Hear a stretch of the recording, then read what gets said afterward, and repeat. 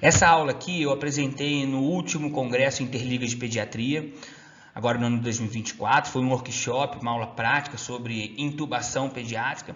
A gente fala aí um pouquinho sobre via aérea, as particularidades do material, posicionamento da criança. Então, quem quiser, tiver interessado no assunto, vamos embora, vamos aprender um pouquinho. Para quem não segue o canal ainda, dá um like aí, dá um joinha, dá um comentário, nem que seja uma mãozinha assim, porque isso ajuda a divulgar o nosso trabalho, ajuda a divulgar a pediatria, uma especialidade tão bonita que precisa ser valorizada. Então, vocês que estão perdendo uma parte do dia para vir aqui assistir essa aula, porque gosta, então vamos divulgar para que a nossa especialidade seja reconhecida como ela merece. Primeira coisa que eu quero destacar para vocês é como que escreve. É bobagem, mas você vai ver pessoas escrevendo errado e não seja um deles, tá? É intubar ou entubar, com a letra E. Bom, o correto é intubar, tá? A palavra intubar, ela vem do latim intubare, que significa colocar um tubo dentro de. Em português, isso é usado para se referir ao procedimento de inserir um tubo na traqueia. Já a palavra entubar, ela significa dar forma de tubo, e você não quer entubar um bebê, você não quer transformar um bebê em tubo, dar forma de tubo a um bebê. Portanto, escreva com a letra I, que é a maneira correta. Quais são as particularidades quando você for entubar uma criança? O que tem de diferente na via aérea da pediatria em relação ao adulto? Primeiro, em relação ao tamanho, óbvio, né? Enquanto a traqueia de um adulto pode chegar aí até 2,5 centímetros, a traqueia de um prematuro extremo pode ser de 0,25 centímetros. Ou seja, pode ter 10 vezes mais a diferença entre uma e outra. É igual você passar a linha dentro de uma agulha, né? Quanto menor a agulha, mais difícil você passar a linha. Então, primeira particularidade é o tamanho, por isso mais difícil entubar um bebê. Olha a cânula que a gente utilizaria para entubar um adulto e a cânula que a gente utilizaria para entubar um recém-nascido prematuro, né? Do lado de cá a cânula do adulto, olha o tamanho, e aqui a cânula para um prematurinho. Além disso, o material fica bem mais flexível, né? Fica bem mais maleável, porque ele é muito pequenininho, então isso às vezes dificulta no manejo ali, pode dobrar porque não é tão rígido. A do adulto não, a do adulto, por ser maior, ela acaba tendo uma rigidez um pouco maior do que a da criança. Olha só que interessante, para a gente ter uma noção do tamanho das crianças que a gente vai trabalhar, né? Olha esse pediatra aqui, essa foto é antiga, é clássica de alguns livros, de algumas aulas. Ele está até utilizando uma pinça para entubar esse recém-nascido. Claro que isso aqui deve ser uma intubação nasotraqueal e ele está utilizando uma pinça de McGill, né? Mas dá para a gente ter uma noção do tamanho da via aérea que a gente vai lidar quando for entubar um bebê. Outra particularidade é o tamanho da cabeça e da região occipital das crianças. Elas são proporcionalmente maiores em relação aos adolescentes e aos adultos. Então, quando eu deito uma criança para entubar, se eu não tiver cuidado, essa região occipital faz com que a cabeça da criança fique flexionada. E aí eu acabo fazendo uma obstrução da via aérea superior dela. Então, muito cuidado quando você for posicionar crianças menores do que 2 anos, principalmente, para ser entubada. Outra particularidade é com relação à epiglote. Na criança, a gente tem uma epiglote mais longa e em formato de C. Alguns lugares fala formato de U e outros lugares fala formato de ômega, aquela letra do alfabeto grego, né? Ou seja, todas querem dizer a mesma coisa, né? Querem dizer que ela tem esse formato aqui particular. Além disso, ela é mais cefálica em relação ao adulto e as estruturas que a gente tem em volta, elas são proporcionalmente maiores. Então, por exemplo, as aritenoides, todas essas cartilagens que a gente tem aqui fazem com que a gente fique mais difícil visualizar ali, né, onde eu vou passar o tubo. Olha a diferença aqui da via aérea de um adulto, que beleza, como é que dá para você ver tudo tranquilo. Agora, da criança, essa epiglote cai aqui na frente, tampa a via aérea, isso aqui é grande, não deixa você visualizar direito. Você tem um estreitamento ali na laringe. Além disso, tem a questão da fisiologia também, né? A respiração da criança, ela depende mais do diafragma, a caixa torácica, ela é mais cartilaginosa, os músculos ainda não são muito desenvolvidos. Eu tenho um volume pulmonar que ele é desproporcionalmente menor em relação ao tamanho do corpo e à taxa metabólica da criança, que a gente sabe que é aumentada. Por isso, eu tenho um ΔT, uma diferença de tempo diferente entre a criança e o adulto na hora de intubar. Fiz a sedação numa criança, praticamente em alguns segundos depois ela já vai começar a fazer uma queda de saturação. Até porque a maioria das crianças que a gente intuba são que tipo de doença? Doenças respiratórias. No adulto, você ceda o adulto, faz a sequência rápida de intubação, você tem um certo tempo ali para namorar a via aérea, né, para procurar. Na criança, você tem que ser um pouco mais rápido, porque ela vai começar a desaturar, pode bradicardizar, pode ter intercorrência. Quando a gente for preparar o material, lembrar que precisa testar os equipamentos, conversar com a equipe, preparar o ambiente, ver se está tudo funcionando, ver se está tudo montado. E isso influencia na sua taxa de sucesso, porque você na hora da intubação você tem que se preocupar só com aquilo, só com passar a cânula na via aérea, porque se você precisar de um aspirador, precisar de um fio guia, de qualquer outra coisa, você sabe que ele está ali na mão, basta você pedir, alguém vai te entregar. Vamos começar com o posicionamento. O posicionamento é extremamente importante em pediatria. Eu já vi anestesistas experientes que não conseguiram intubar, tem já experiência na área, já tem mais de 500 intubações, mas por posicionar a criança errada, teve dificuldade. Então, independente da sua experiência, se você posicionar errado, isso pode atrapalhar no sucesso do procedimento. Então, tem alguns marcos anatômicos que a gente precisa destacar. O primeiro deles é o plano glabela-mento, tá? Glabela, essa região aqui da testa, mento, tá? Que é o queixo, horizontal em relação ao solo.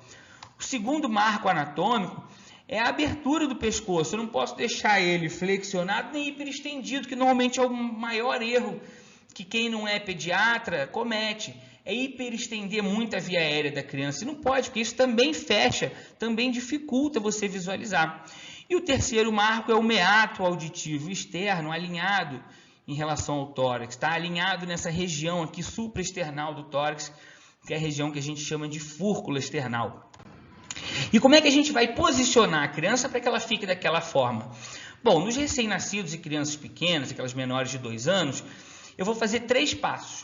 O primeiro passo é eu deitar a criança e fazer a extensão do pescoço em uma superfície plana, tá? Mas só isso não é o suficiente. Observem que os marcos anatômicos, nenhum deles ainda está como eu quero. Então, eu vou para o segundo passo, que é colocar um coxim ou um rolinho embaixo dos ombros da criança ou embaixo das espadas, igual o pessoal falava antigamente. Já comecei a ter, um dos marcos adequado, faltam os outros 2. Então, eu vou para o terceiro passo, que é colocar um coxim embaixo da cabeça da criança. Então, agora eu tenho um coxim embaixo da cabeça, tenho esse coxim embaixo aqui dos ombros, tenho a cabeça da criança levemente estendida, e aí eu consigo ter esse alinhamento da região do mento com a glabela, consigo ter o meato acústico auditivo externo alinhado aqui à fúrcula e a abertura do pescoço. Pronto, pode sedar, pode fazer a sequência rápida e intubar essa criança com segurança. Se for uma criança maior, é mais tranquilo, tá? Basta que eu deite essa criança e coloque um coxinho embaixo da cabeça. Em alguns casos, eu vou ver a necessidade de colocar um coxinho embaixo dos ombros. Aquela criança que às vezes, né, não é um pré-adolescente ainda, ou escolar, às vezes aquele pré-escolar mais novinho, pode ser que precise ainda colocar um coxinho embaixo dos ombros, tá? Então, olha esse exemplo aí desse escolar, como que só de eu colocar um coxinho aqui embaixo da cabeça, ele já atingiu os 3 marcos anatômicos, né? A abertura do pescoço, mento alinhado à glabela horizontal em relação ao solo e o meato acústico aqui alinhado à região supraesternal. Olha só a diferença, a criança deitada, parece a princípio, né? Tá tudo bem, vou intubar, mas olha como é que está desalinhado os eixos dela. Colocou o coxinho, pronto, beleza, atingiu os 3 marcos anatômicos, pode intubar com segurança. A cânula, sem cânula ninguém intuba, né? Então vamos escolher uma cânula com cuff ou uma cânula sem cuff. Depende, se for um recém-nascido é sempre sem cuff, tá? Agora, se for maior do que 28 dias, que já não é mais recém-nascido, aí é sempre com cuff. A não ser que você não conseguiu intubar com cuff, não progrediu, aí você pode utilizar a cânula sem, mas via de regra, primeiro escolha a cânula com cuff. E qual que é o tamanho? O tamanho depende Depende, né? Depende da idade da criança. Se for de 28 dias até 1 ano, é uma cânula 3,5 com cuff. De 1 a 2 anos, 3,5 ou 4. Criança de 1 ano e 1 mês, 1 ano e 2 meses, provavelmente ali uma 3,5, né? Aquela criança com 1 ano e 10 meses, já quase 2, provavelmente vai ser uma 4 com cuff. Aquela que está ali no meio do caminho, 1 ano e meio, 1 ano e 4 meses, aí você vai ter que olhar ali na hora, deixa as duas separadas, tá? Inclusive isso é sempre bom você fazer, deixar sempre um tamanho menor, um tamanho maior da que você escolheu, e aí na hora que você visualizar ali, você vai observar qual que vai ser mais adequado, se é 3,5 ou a 4. E as crianças maiores de 2 anos eu vou fazer uma conta, que é a idade dividido por 4 mais 3,5. Então, por exemplo, a criança de 8 anos dividido por 4 dá 2, mais 3,5, 5,5, escolhe a cânula 5,5. Não conseguiu entubar, vai ter que utilizar uma cânula sem cuff. Também tem uma conta, só que ao invés de somar 3,5, você soma 4. No recém-nascido, não tem jeito, tem que ter essa tabelinha guardada, tem que ter isso aí decorado, anotado no bloco de notas do celular, faz um print, tá? Mas isso aqui vai ser mais particular também para quem é neonatologista, para quem faz sala de parto, de prematuro, para quem é pediatra geral, normalmente não vai lidar muito com essa idade gestacional, né? Não vai fazer um parto de uma criança de 28 semanas, tá? E na maioria das vezes, quando você vai fazer uma sala de parto, aquele fluxograma do programa de reanimação neonatal, ele já está lá colado na parede e você consegue colar ali para poder separar o material, até porque essas crianças você tem que, né, antes de chegar ali, ver se o baby puff está funcionando, testar a cânula, tudo, aí você já separa o material adequado, mas lembrando que isso aqui é mais específico para quem é da área da neonatologia. Quanto à escolha da lâmina, eu vou escolher sempre uma lâmina reta na maioria das vezes, né, porque a gente normalmente entuba criança pequena. Então, como é que eu vou medir essa lâmina, né? Eu vou medir do lóbulo da orelha até a comissura labial. Reparem que essa aqui está pequena, ó, essa aqui é uma lâmina 0, então não vou utilizar ela, tá? Vamos pegar a próxima, que seria a lâmina 1, não tem lâmina meio, tá? De 0 vai para 1. Vamos medir aqui do lóbulo da orelha até a comissura labial. Opa, passou um pouquinho, tá vendo?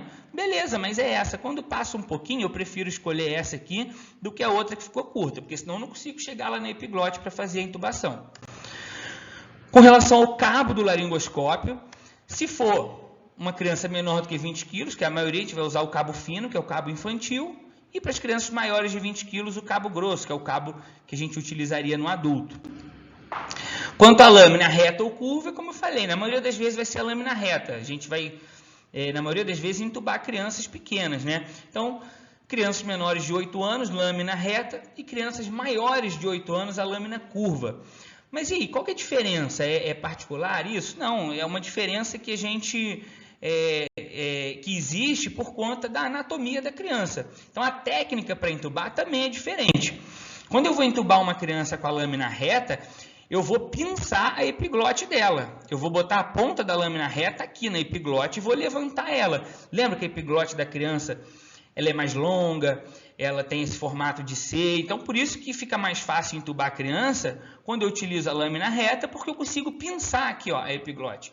Agora, a lâmina curva, eu vou colocar ela aqui na valécula, que é a parte que tem em cima aqui da nossa epiglote, tá? Observem que essa imagem aqui é de uma via aérea de uma criança, mas isso aqui é só para fins didáticos, fizeram isso aqui só para tirar foto, mas a técnica aqui para entubar está errada.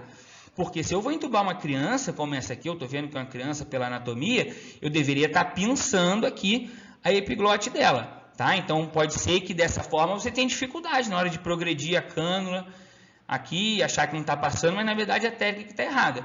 Então lembrando que isso aqui é só para dar o exemplo, tá? Porque se fosse realmente entubar, teria que estar pinçando a epiglote dessa criança. Olha aqui um exemplo, ó, a lâmina reta, a pontinha dela está bem aqui na epiglote, ó. A valécula, não vou colocar a lâmina reta na valécula, vou colocar aqui na epiglote. Agora, a lâmina curva, sim, a lâmina curva eu vou lá na valécula, tá? Levanto e aí eu exponho a via aérea, que é como a gente faz aí nas crianças maiores de 8 anos e nos adultos, tá? Outros materiais que eu não posso esquecer são o aspirador, uma sonda para eu aspirar. Eu posso, às vezes, na hora que fizer a laringoscopia, essa criança está com uma cialorreia, está com secreção, está com sangramento, não vai dar tempo de eu montar o aspirador na hora. Então, por isso que eu já tenho que deixar ele ali montado, testar. Seringa para eu insuflar o cuff depois que eu entubar a criança. Fonte de oxigênio para eu poder ligar no ambu e ventilar ela. Fazer uma VPP se for necessário. Se eu não conseguir entubar, começar a cair a saturação. E isso aqui, ó, vocês sabem o que é isso aqui? Muita gente não sabe, né? Porque no adulto não usa. Isso aqui é a fixação que a gente usa, tá? A gente chama isso aqui de bigode. A gente utiliza isso aqui para fixar a cânula. Eu vou mostrar mais à frente como que a gente faz. Tá? Uma parte vai no lábio superior da criança e a outra enrola na cânula.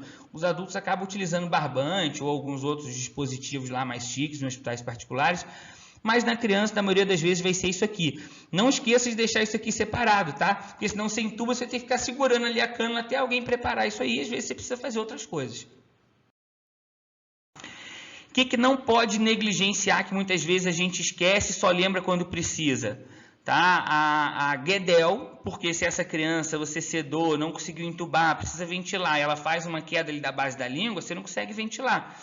Então, cânula de Guedel. Um buge também pode te ajudar, caso tenha uma via aérea difícil, e um fio guia também. Às vezes, para você posicionar ali a pontinha da cânula, às vezes você tem uma via aérea mais anterior, então você coloca o fio guia dentro da sua cânula e você consegue deixar ele um pouco mais rígido.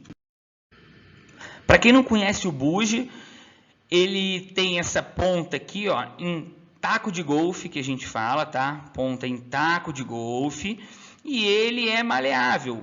Quando eu não consigo entubar, estou visualizando a via aérea, mas não estou conseguindo passar a cânula, eu posso passar o buge, eu entubo com o buge, tá? Entubo com o buge, aí o que eu faço? Ele é comprido, tá? Ele é bem grande, né? Ele deve dar 3 vezes o tamanho da cânula, mais ou menos.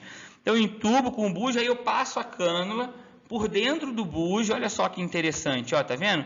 Passa a cânula por dentro dele, a hora que a cânula tá lá, aí você puxa o buge e deixa a cânula lá dentro. Isso serve também para você trocar a cânula quando a via aérea é mais difícil. Então, enfim, é bom deixar separado ali se você tiver à disposição. A cânula de Guedel, como é que a gente utiliza ela? Muito fácil, né? É só você introduzir ela na cavidade oral e ela vai ajudar a segurar aqui a base da língua.